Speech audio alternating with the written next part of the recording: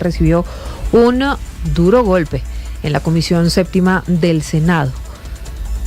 9 congresistas están apoyando el archivo de este proyecto, que lleva mucho tiempo en discusión allí en el Congreso de la República. Lo que pasa, don Andrés Carmona, es que desde el gobierno, por supuesto, están moviendo todas las fichas y haciendo todos los esfuerzos para que esta reforma no se hunda. ¿Cuál es el camino que tienen? Porque uno de ellos, en teoría, sería una ponencia alternativa, pero esa ponencia alternativa no tendría todos los elementos que busca el gobierno se cambien en la reforma a la salud.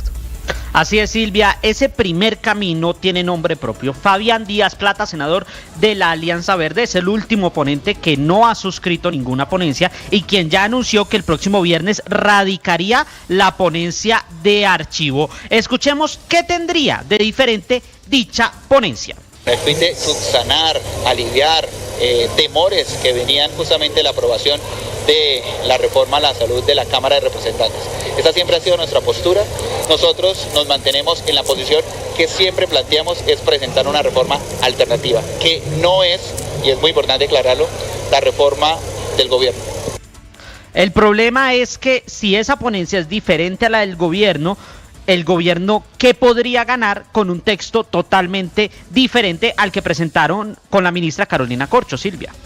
Claro, Andrés, ahora, hay varias preguntas alrededor de todo este tema y del futuro de la reforma a la salud. ¿También podrían buscar afectar el quórum a través de impedimentos y recusaciones? Es decir, hoy hay 9 congresistas que se oponen o que firmaron esa propuesta para archivar la reforma. Si empiezan los impedimentos, ¿esto de pronto podría jugar en favor del gobierno? Más o menos es lo que se está viviendo en estos momentos en la plenaria del Senado con la discusión de la reforma pensional. Los impedimentos los presentan los congresistas propiamente, se declaran impedidos para participar en el debate. Eso reduce el quórum para votar y el gobierno trataría ahí de mover algunas fichas. Escuchemos incluso la alerta que está presentando el senador Wilson Arias. Que digámoslo con franqueza, aquí están moviendo intereses muy poderosos del mismo modo que en otras oportunidades se ha logrado comprobar.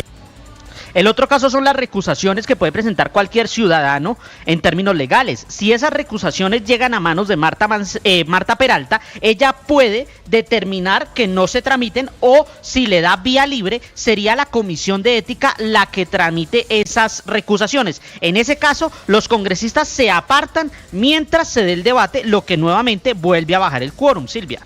¿Y qué pasa con los tiempos? Porque tal vez eso es muy importante.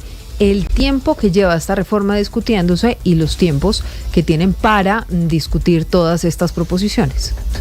Pues Silvia, mire, quedan cerca de 90 días para que termine este año legislativo. Si estamos sumándole que con pensional se quita 1 o 2 días de discusión en las plenarias, los lunes no se trabaja y los viernes tampoco en plenarias, ya que los congresistas están en regiones, pues el tiempo empieza a ser apretado, pero también el propio gobierno es consciente de ello. Escuchemos lo que dice la senadora y presidenta de la comisión, Marta Peralta. Se había pedido una mesa técnica sobre la proyección económica, sobre el concepto económico y fiscal, y tendremos que hacerla como lo habían pedido entonces eso nos da un rango de tiempo para que miremos a ver si las sensaciones y las opiniones de los senadores se vuelven inamovibles.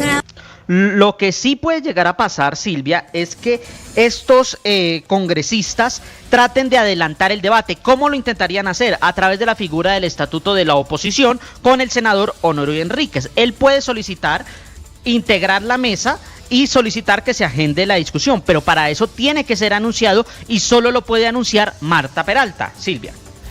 1:19 p.m, muy bien, don Andrés Carmona, esos son todos los intríngulis políticos alrededor de la reforma a la salud. El presidente Gustavo Petro ayer, cuando se conoció la noticia, dijo que el gobierno entra a actuar.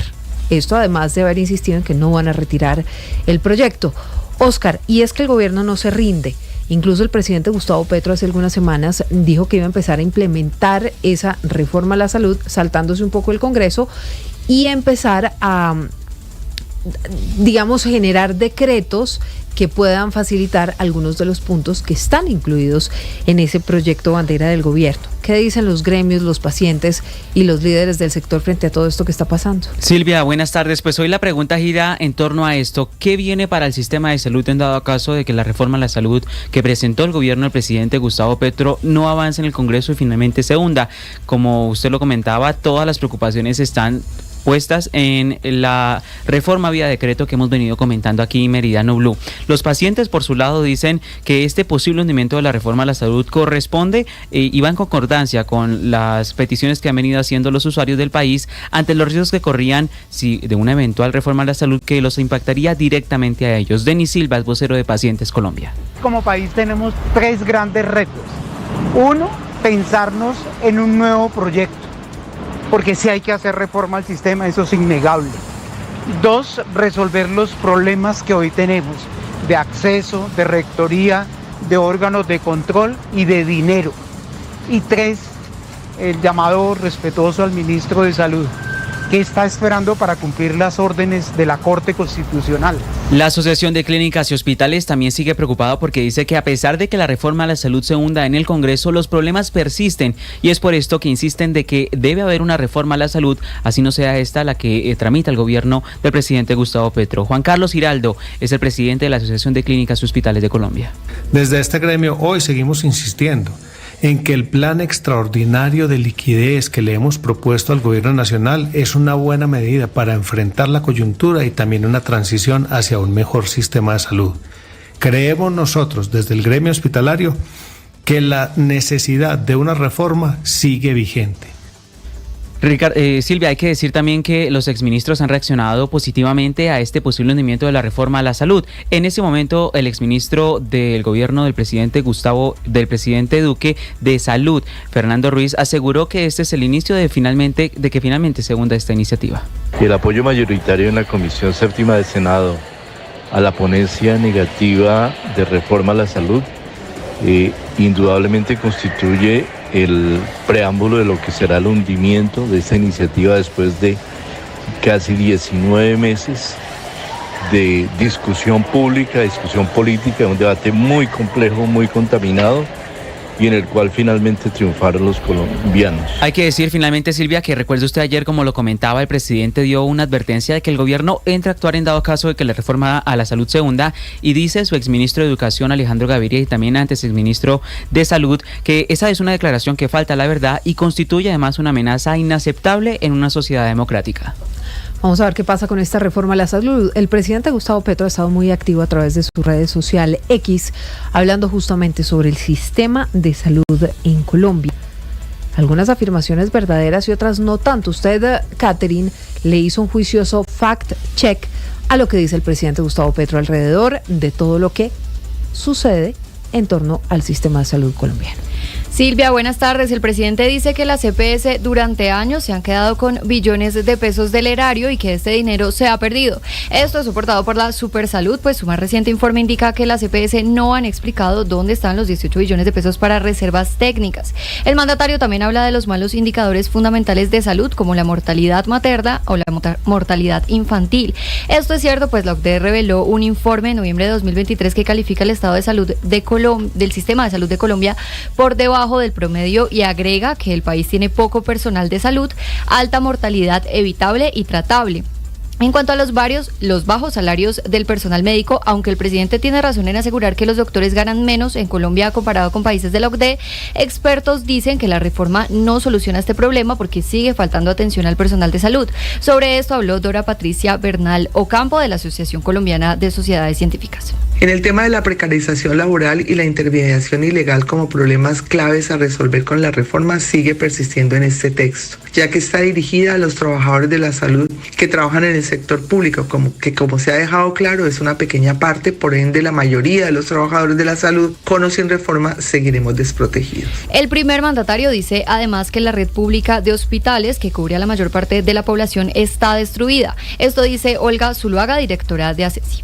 La infraestructura de la red pública hospitalaria a lo largo de todo el país es totalmente heterogénea.